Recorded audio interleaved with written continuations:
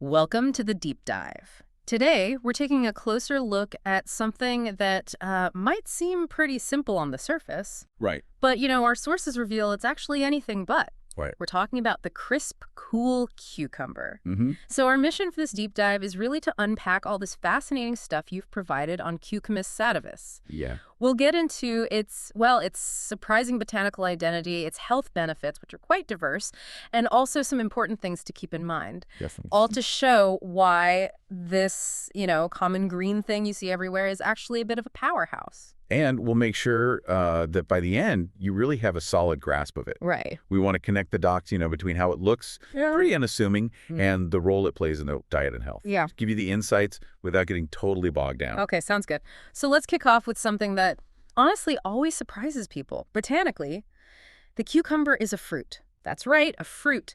Belongs to the gourd family, Cucurbitaceae. I mean, I always throw it in salads, savory stuff. Never really thought of it like an apple or something. It's funny how often our kitchen thinking is different from the botanical facts, isn't it? Totally. But yeah, it develops from the flower and has seeds inside. That's the key for a fruit. Ah, okay. And it's not like this is new knowledge either.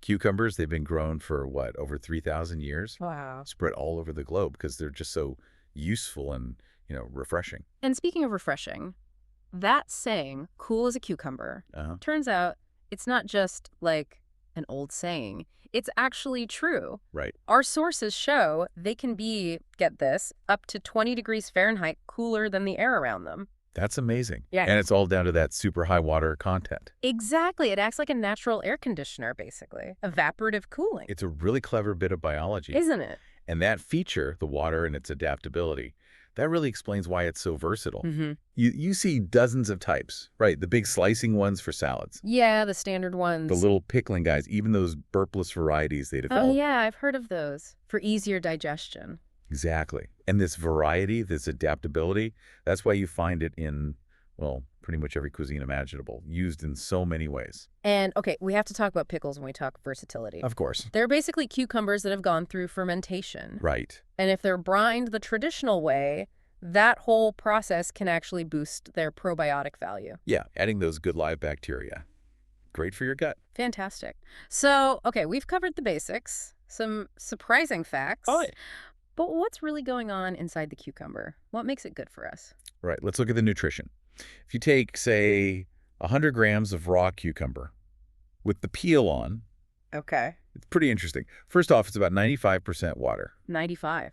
Wow. which means it's incredibly low in calories, like only 15 calories. That is low. Yeah. And for micronutrients, it's got a decent bit of vitamin K, about 20% of your daily value. Okay, vitamin K. A little vitamin C, maybe 5% DV, and some potassium around 4%. Some modest amounts there. Modest, yeah. And then carbs, protein, fat, fiber, really minimal amounts. We're talking like 3.6 grams of carbs, less than a gram of protein or fat, and only half a gram of fiber. So definitely not a macronutrient star, but contributes a bit. Exactly. It's not where you're getting your protein fix. But that huge water content, that really makes it stand out for hydration, doesn't it? Absolutely. Perfect for hot days or, after exercise. Yeah. And because it's so high in water and low cal, it's great for weight management too, right? Definitely. It adds that satisfying crunch, makes you feel fuller, adds bulk to meals without adding, significant calories. A good filler in a healthy way. Exactly. But beyond just water, there are these active compounds doing interesting things. Okay, like what? Well, cucumbers have antioxidants, things like flavonoids and tannins. Ah, the free radical fighters. Precisely. They help neutralize those damaging molecules, Mm. and they can help lower inflammation in the body. Good stuff. And for heart health, the potassium helps with blood pressure management. Right, we mentioned potassium. And then there are these compounds called cucurbitacins. Cucurbitacins. Okay. Yeah, some studies, mostly early stage or animal studies, mind you, suggest they might help heart function and protect blood vessels. Interesting. What else? Digestion. Yeah. It's not packed with fiber, as we said. Right, only half a gram.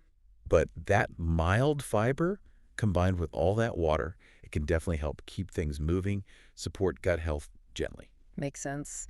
And then there's silica. You hear about that for skin health. Oh, yeah, silica. Good for skin, connective tissue. That's the idea, both when you eat it and, people put cucumber slices on their eyes for a reason. It's soothing. True. And anything else? Well, there's some early research, again, mostly in animals, looking at blood sugar, suggesting potential for lowering blood sugar, maybe protecting against diabetes complications.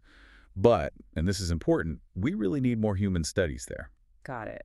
So promising, but still early days on that front. Exactly. Wow, that's quite a lot packed into something so, well, every day. But it does make you wonder, are there any downsides, any catches we should know about? That's a fair question. It's always good to have the full picture. Right. So first, while they have benefits, they are pretty nutrient light overall compared to, say, leafy greens or other vibrant veggies. Don't rely on them for everything. Exactly. They're a great supporting player, like we said, not the main nutritional star. Think hydration and crunch first. Okay.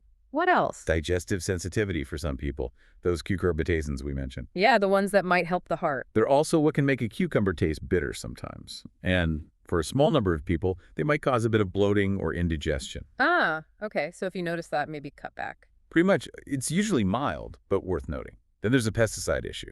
Oh, right. You hear about that with certain produce. Yeah, conventionally grown cucumbers often test high for pesticide residues. So the advice usually is wash them really, really well. Scrub them good. Or, if it's feasible for you, choose organic.